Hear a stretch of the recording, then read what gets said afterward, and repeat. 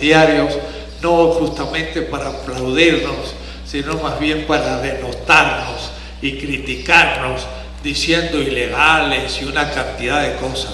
Pero sabíamos que estábamos cumpliendo con la legalidad de la institución, de la universidad, y estábamos decididos a defender el proyecto. Fue una lucha universitaria muy fuerte, quizás una de las más fuertes que ha habido en el Distrito Federal y prácticamente la única en los últimos 50 años que los estudiantes ganaron. Es muy importante. Y los alumnos nuevos que se incorporan a esta universidad deben saber que los que están del segundo semestre para arriba, pues han luchado por esta universidad. En cierta manera a ellos ya, a ustedes les toca algo más habitual, entrar a una institución por la que no han arriesgado todavía nada, pero esperamos que lo hagan, que luchen por ella, porque debemos ir mejorando justamente la imagen de la universidad ante aquellos que la critican por su contenido. No crean que es porque tiene bajo nivel o porque efectivamente ha tenido no demasiada, ¿qué diría yo?, capacidad para el efecto final que significan los graduados. Como esta universidad admite muchos alumnos que tienen dificultades, también económicas, tienen que trabajar y es un sistema especial, pues no es fácil llegar a terminar la carrera como en otras universidades, aunque ya ahora nos estamos normalizando y van a empezar a salir camadas normales de estudiantes.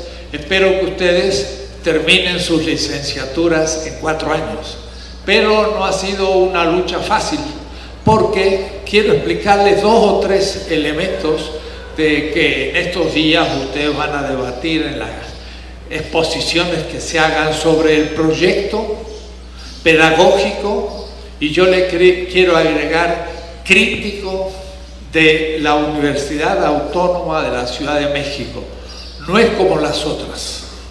¿En qué sentido? Primero, todas las otras universidades piensan lanzar al mercado profesional graduados que reciban una educación, ¿qué diría yo?, la en boga, la que está de moda, la que se impone, muchas veces importada de potencias extranjeras. Puede decir, un ingeniero no que invente cosas nuevas, sino que sepa apretar botones de máquinas de las transnacionales. Maestros que repitan lo que Europa y Estados Unidos ya han inventado, aunque no sea aplicable a México. O es decir, universidades que se creen que cumplen con los requisitos en un sentido universal, entre comillas universal. Lo que pasa es que México es distinto. Por supuesto es distinto a Estados Unidos. Somos distintos a lo que yo llamaría los países del centro. ¿Por qué centro y por qué periferia? Porque nos tocó en el destino de la historia, es así lo buscamos, de que una potencia llamada en el siglo XVI España llegara a estas tierras, Hernán Cortés, dominara grandes civilizaciones como las que existían en este México Tenochtitlan y hiciera de este país una colonia. Nos tocó entonces nacer en un país que fue durante 5 siglos colonia, es decir, 3 siglos primero colonia formal hasta 1810. Si hubiéramos nacido en Francia, en Alemania, en Inglaterra, nunca hubiéramos sido colonia. Es muy distinto, pero nacer en un lugar supone también una cierta fidelidad y al mismo tiempo inteligencia para saber liberarse de los momentos negativos que esto involucra. Ser colonia fue muy duro, primero porque dominamos a grandes pueblos que el español subyugó, pero aún los mestizos y aún los criollos nacidos en estas tierras no elegían a su rey, sino que eran virreyes nombrados por España, no nombraban a sus tribunales, hicieron audiencias nombrados por España, todo eso nombraba afuera. Y entonces nos entró una especie de mentalidad, permítanme, colonial, donde nos parecía evidente que los que mandan vienen de afuera y los de adentro pues no son capaces. Ustedes dirán, pero 1810, 1821, nos liberamos. Más o menos, porque después empezamos a depender del país del norte. Estados Unidos empezó a funcionar en lugar de España. Y no crean que nos hemos liberado todavía del todo. Si no, miren, uno va a comprar una tortilla y ¿dónde la compra? En Walmart. ¿Y de dónde viene esto? De Estados Unidos. Somos una colonia económica, no nos hemos liberado todavía. Y después vamos a privatizar el petróleo. ¿Y quién lo va a comprar? Pues los países del norte. ¿Y en beneficio de quién? ¿De nuestro pueblo? ¿De ustedes? No, de los extranjeros. Quiere decir que todavía seguimos siendo colonias en algún aspecto. Y también en la ciencia. Y también en la interpretación de la vida. Esta universidad tendría que tener un sentido científico y de investigación descolonizado. Y eso está en la mente de las personas y no simplemente en las estructuras, aunque también en las estructuras. Quiero decirles entonces que una universidad crítica no es lo habitual. Yo soy profesor desde hace más de 30 años en la UAM, he dado clases en la UNAM y ahora soy rector de esta universidad. Estas dos que nombré, les cuesta muchísimo dejar de ser científica y tecnológicamente colonias. Y por eso entonces que nuestra pequeña universidad debe proponerse hacer algo distinto. Ustedes entonces entran ahora a una universidad que voy a después explicar más cosas distintas. Y esto en un momento clave de la vida de ustedes, porque hasta ahora en cierta manera han sido llevados por las aguas. Estaban aquí nuestros compañeros sobre una cama, parece en medio de las aguas, rodeadas de tiburones, en fin, uno se imagina, pero nos llevaba el agua. Pero hasta ahora no habían tomado la vida de ustedes en las manos. La elección de una carrera es una elección personal de algo que a ustedes en principio les gusta, ojalá sea así, y piensen dar la vida en ello. Hasta ahora no habían elegido algo. Quiere decir que esto es un comienzo muy importante. Y de eso va a depender todo su futuro. A veces el joven piensa la próxima semana o el próximo mes o el próximo año. Ustedes son jóvenes, tienen 20 años. Según la longevidad media, van a llegar a 90 años. Pues si tienen por delante 70 años, van a depender de estos 4 años. Como estudien, estos 4 años que vienen, van a depender los otros 70. Entonces, son tiempos muy graves para ustedes. Hay que aprovechar el tiempo. Decía un dicho, el tiempo es oro. No quiero repetir esto porque esto significa que el oro, el dinero, mide el tiempo y esto es falso. Pero el tiempo es muy importante. Y el día tiene 24 horas. Y uno gasta ya por de pronto 8 horas más o menos en dormir. Y luego, en otras actividades, hay que ahorrar el tiempo. ¿Para qué? Para estudiar. Y pueden no hacerlo. Y pueden más o menos flotar y sacar y certificar y terminar la carrera habiendo estudiado muy poco. Van a pasar quizás ante algunos como muy, entre comillas, vivos. Porque miren, sorteó los obstáculos con poco esfuerzo. Me acuerdo una vez alguien me decía, me vio trabajando duro, todo el día, todos los fines de semana, y me dice, doctor, ¿por qué usted trabaja tanto? Y digo, ay, porque me gusta primero, y además porque tengo una obra que hacer. Ah, pero usted podría lograr todo eso sin tanto trabajo. No se logra. Eso se logra si uno se corrompe, eso se logra si uno roba, eso se logra si uno hace algo que no merece, pero el que realmente se realiza es porque ahorró su tiempo. Entonces les digo, primera consigna, a estudiar, compañeros. Los beneficiarios, ¿quién van a ser? Ustedes primero. Ahora, para eso hay que cambiar el estilo de vida, y eso es lo a veces malo, diría yo, o no tan bueno, cuando uno desde su casa sigue viviendo ahí y va a la universidad. Hay algunos lugares en el mundo, en fin, universidades, que uno tiene que dejar todo e ir a un campus o a un plantel y estar todo el día ahí. No es posible, las condiciones económicas a veces no nos lo permiten. Pero entonces miren lo que pasa, yo sigo el ritmo cotidiano. Los fines de semana llega el sábado y digo, ¡ay, qué bonito!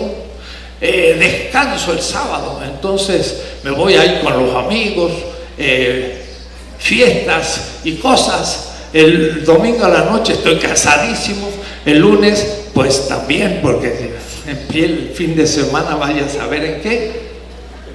Si sigo el ritmo de la vida que he seguido hasta hoy, no va a funcionar la cosa.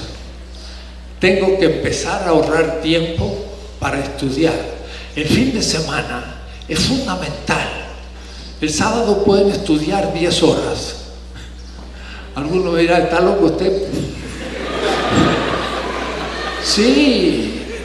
Y el domingo, bueno, hagan algunas actividades, pero sigan trabajando, es decir, estudiando lo que les gusta, no lo que le obliga a nadie porque lo han elegido.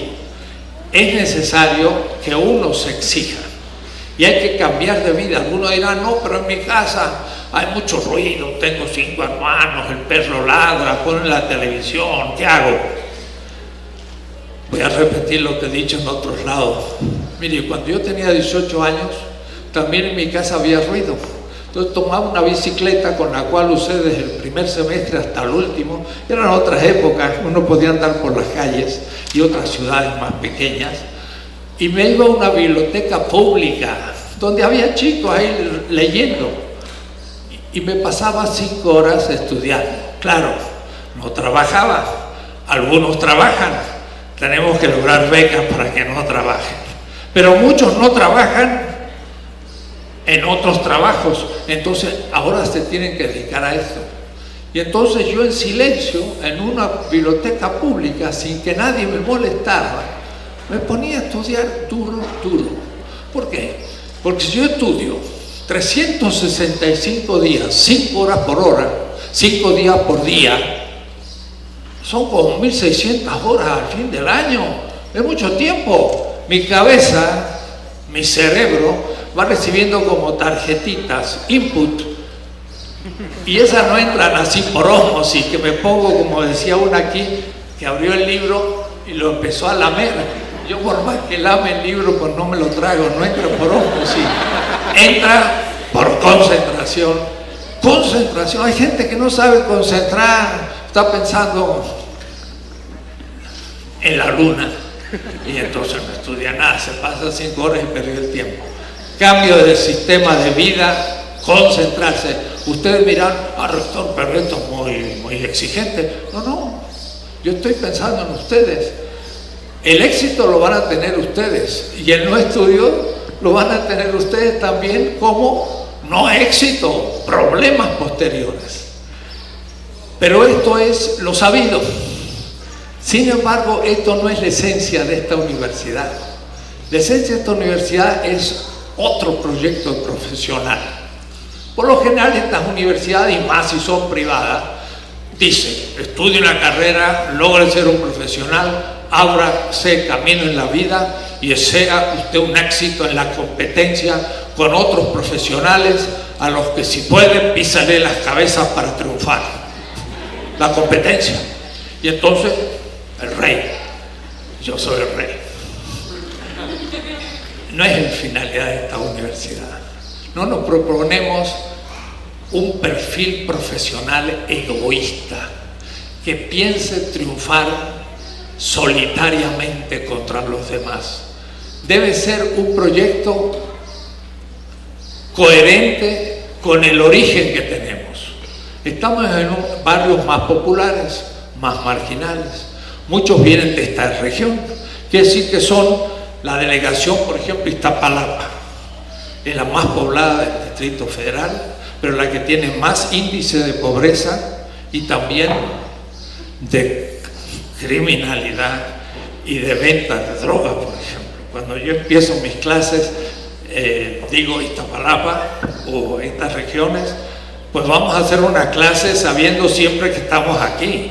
No vamos a creernos que estamos en Nueva York o en París. Estamos aquí y somos de aquí y vamos a ser profesionales para subir el nivel de la vida de aquí y no estar soñando en ir a otros lugares egoístamente. Entonces, esta universidad se propone a los grupos más necesitados que puedan estudiar, pero que puedan estudiar para que cuando sean profesionales sirvan a aquellos que estuvieron en su origen. Qué triste a veces, por ejemplo, un indígena que le cueste presentar a su mamá una indígena, vestida de indígena, que come como indígena y que viene a la universidad y un día le invita a su mamá que venga y dice: mi mamá, y es una indígena vestida como indígena. Eso es un honor, pero hay algunos que ya tienen miedo de su origen. Aquí no debe acontecer eso. Hay que estar honrado de su origen y prepararse para servir. Entonces se necesita una conciencia ética de servicio a la gente más necesitada. Y entonces eso es una vocación. Vocare en latín significa ser llamado. A veces los psicólogos hacen unas encuestas de vocación y dicen: usted sirve por las matemáticas porque tiene 10 en matemáticas, dedíquese a ingeniero, y después tiene mala ortografía, pues no escriba nada porque no sirve para eso. Mire, yo la única materia que rendía en el colegio, rendía a fin de año porque los que tenían baja nota tenían que rendir examen, era justamente castellano. Mala ortografía tenía yo. Entonces en una encuesta hubieran dicho: mire, usted ingeniero, tenía 10 en matemáticas, geometría, todo, pero ni se ocurre escribir porque usted es malo para escribir, tiene mala ortografía. Era medio disléptico en mi juventud y después se fue superando según la maduración del cerebro, dicen los biólogos. ¿Quién hubiera dicho que me he pasado 50 años escribiendo todos los días de mi vida? O es decir, que hubiese fallado la encuesta vocacional. Yo no servía para escribir y me la pasé escribiendo. Servía para matemática y más 2 más 2 es 4, no seguí. Pero podría haberlo hecho. Vocación no son solo mis capacidades. Vocación es escuchar la interpelación del otro. El otro me llama a hacer algo, me evoca, me invoca, me interpela. Esa es la vocación. Mira, ayúdame en el barrio porque necesitamos tal cosa. Ufa, no había pensado yo hacer eso en el barrio. Me está pidiendo que lo haga. No estaba en mi proyecto, pero al hacerlo hice algo que nunca había pensado, que ni había pensado realizar en el futuro, y de pronto fue algo muy interesante y descubrí una dimensión de mi personalidad porque lo hice mejor que otros. Vocación significa saber responder a la interpelación del otro, y así hacemos cosas mucho mayores que las proyectadas. Esto supone que cuando ustedes vayan estudiando, abran los ojos a la comunidad donde viven y vean las interpelaciones que le van haciendo.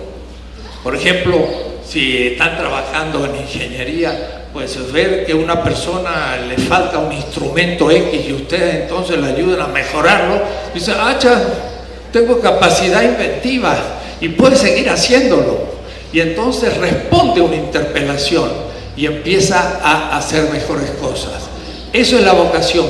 Y al mismo tiempo esa es nuestra responsabilidad como profesionales, responder a la interpelación de aquellos más necesitados en la Ciudad de México, los que tenemos junto a nosotros.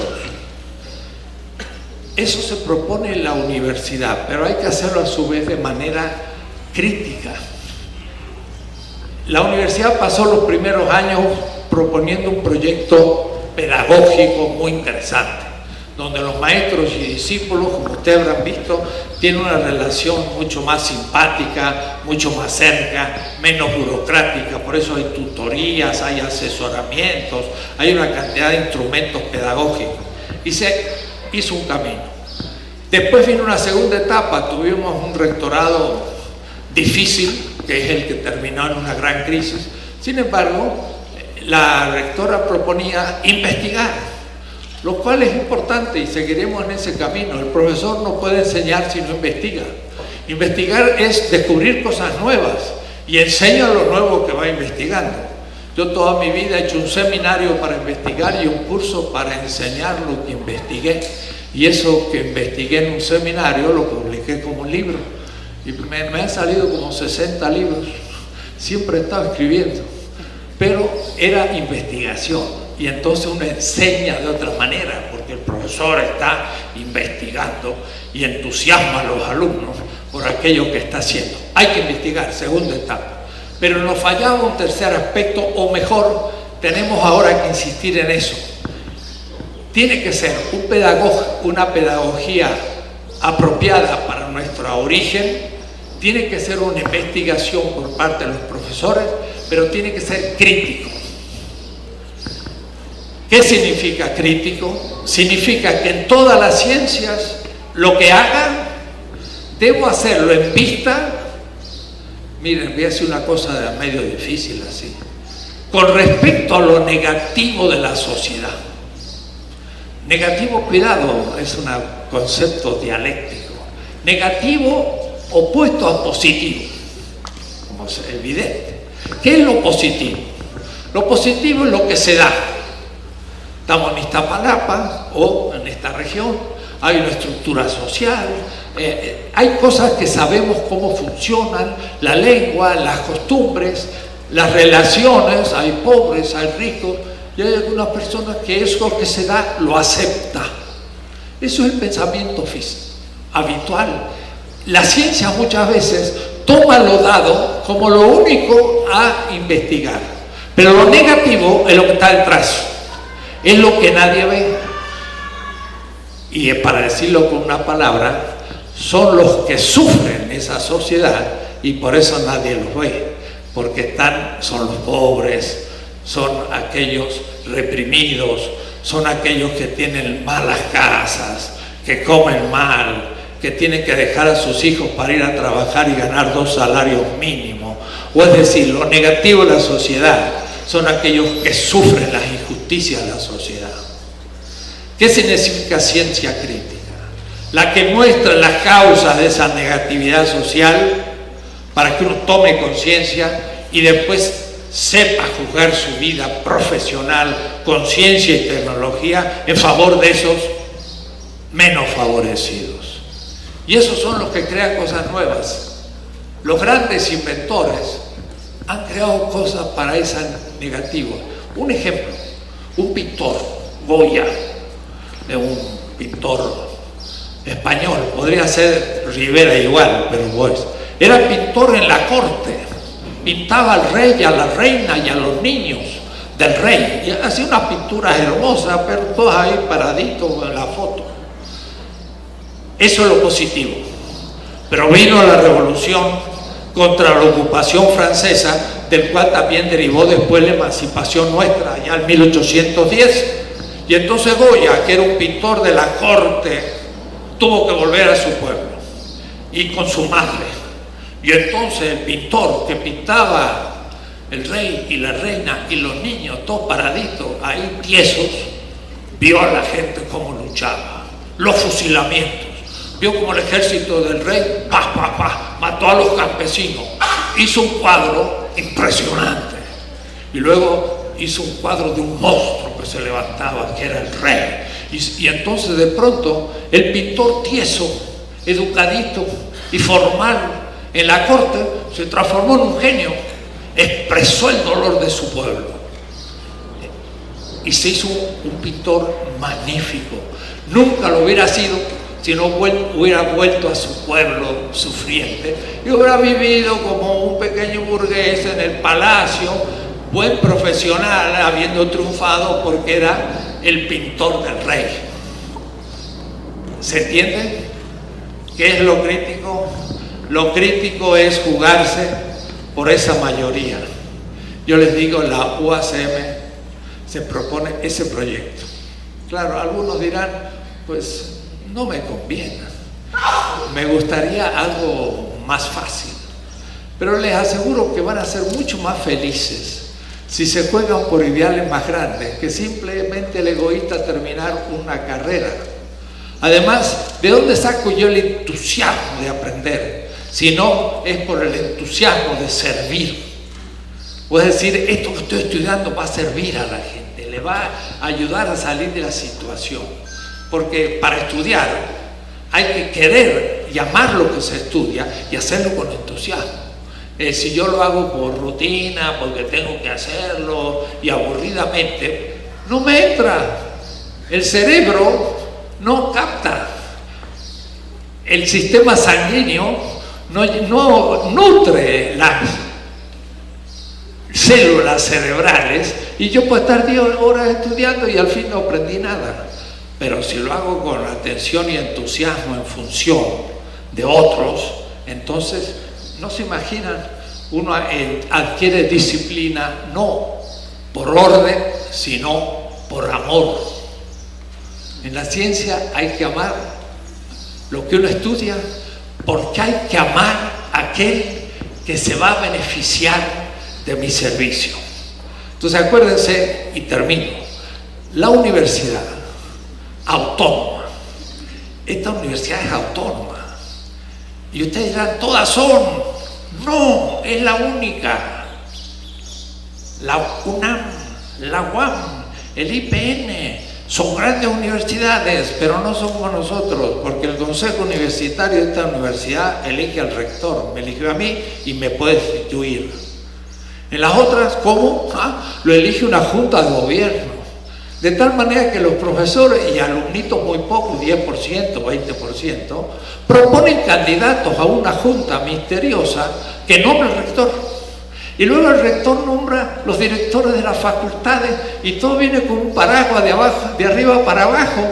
Esta no. Esta los alumnos eligen sus representantes. Y esos representantes y los representantes, los profesores, van a un consejo universitario que está reunido ahora, del que me he retirado y me voy a reintegrar. Y ese elige al rector, no depende de nadie, lo eligen ustedes y los profesores al rector. Es la única en el Distrito Federal. Es muy importante porque entonces esto expresa una posibilidad de tener un proyecto propio.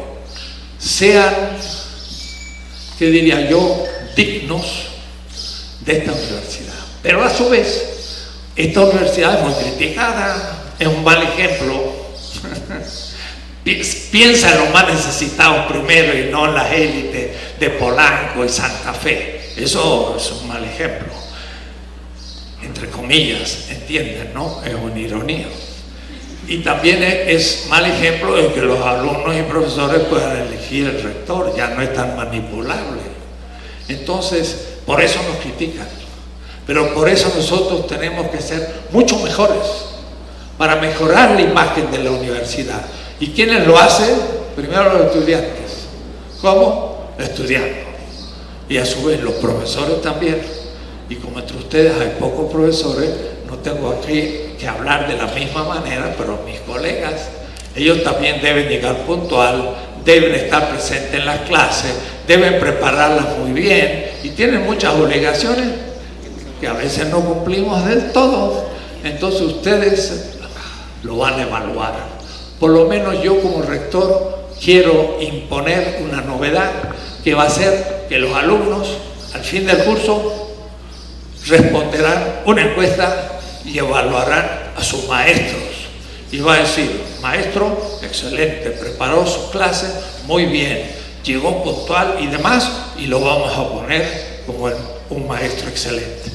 Otro llegó muy impuntual siempre, faltó bastante, está mal preparado, sería bueno que haga un curso de pedagogía. Bueno, ya sabemos de qué se trata. ¿Y quién lo va a evaluar? No los profesores, no el rector, van a ser ustedes. Y entonces, vamos nosotros criticándonos para subir. Si nos dormimos en los laureles de hacer cosas fáciles, los resultados son malos y los perjudicados son los próximos 70 años de la vida de ustedes. No se olviden, fue el primer tema. Están arriesgando los próximos 70 años. Hagan bien estos 4 años, creen un ritmo de trabajo y van a ver cómo van a poder abrirse. Porque el que trabajó bien va a tener éxito personal, pero también va a poder servir más a los demás. Pues entonces, bienvenidos en esta universidad que se llama el Ágora. Estuve ahora en Atenas. La semana pasada estuve en Atenas, un congreso mundial de filosofía, y ahí vi el Ágora. Y dije, ay, en México tenemos un Ágora. No me suena. Colonialismo. Le vamos a cambiar el nombre al Ágora. Le vamos a poner un nombre azteca, el Calmeca, o algún nombre así, porque esto es griego. No. Entonces, una primera sugerencia a los compañeros, le vamos a cambiar el nombre al Ágora. El Ágora está en Atenas y está muy bien, pero no es mexicana. Y los tecutlis, que eran los grandes guerreros, también tenían organización como un Ágora. Hay que saber cómo se dice en azteca y le vamos a llamar a esto así. Cuidado, me va a echar aquí la coordinadora que estoy dando malas ideas, pero se dan cuenta, uno empieza a hacer funcionar un aparatito que, como en la música, los músicos ponen un aparato, ¿no?, que hace clic, clic, clic, clic, que es el que marca el ritmo. Si usted pone el peso más arriba, hace despacito, clic, clic. Y si lo pone más abajo, hace clic, clic, clic, clic. En fin, es para que usted le marque el ritmo. Yo les propongo un aparatito. Se llama el sospechómetro. Sospechen ustedes cualquier cosa que no funciona. Por ejemplo, habíamos unas compañeras que hablaron que vamos a hablar del problema de defensa de los derechos de la mujer. Entonces alguien dice, porque los hombres, compañero, usted está hablando del ser humano o de los varones. El sospechómetro, porque una mujer sabe que el hombre no es todo, porque hay mujeres. Y entonces ya le sospecha. Entonces a mí me dicen Ágora, y el sospechómetro me dice griego, no mexicano. Entonces hay que cambiarlo. Y cuando ese sospechómetro funciona bien, ustedes son críticos, porque se aplica toda la vida y todos los días, pero para eso hay que estudiar mucho y críticamente. En fin, podríamos estar todo el semestre, pero yo tuve que hablar 5 minutos y ya no sé cuánto tiempo hablé. Perdonen, soy larguero y hasta la próxima.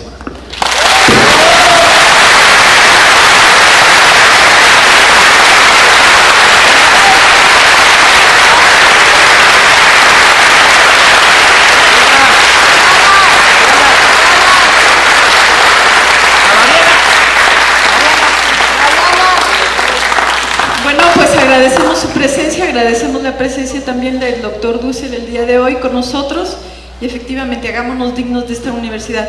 Compañeros, nada más un mensaje para que ya nos retiremos. Les proponemos no saturar registro escolar, porque si no, registro escolar cierra sus puertas a las 6:30 para recoger su tira de materias. En los horarios que ya les dimos y que están pegados en las puertas de los salones que ya están designados a cada uno de ustedes, pueden ver el horario que tienen destinado para recoger su tira de materias y no saturar hoy o que se vayan muy tarde. Entonces, yo les propongo ver esos horarios y así nos vamos organizando de la mejor manera. Nuevamente, muchas gracias por estar aquí. Bienvenidos a la UACM.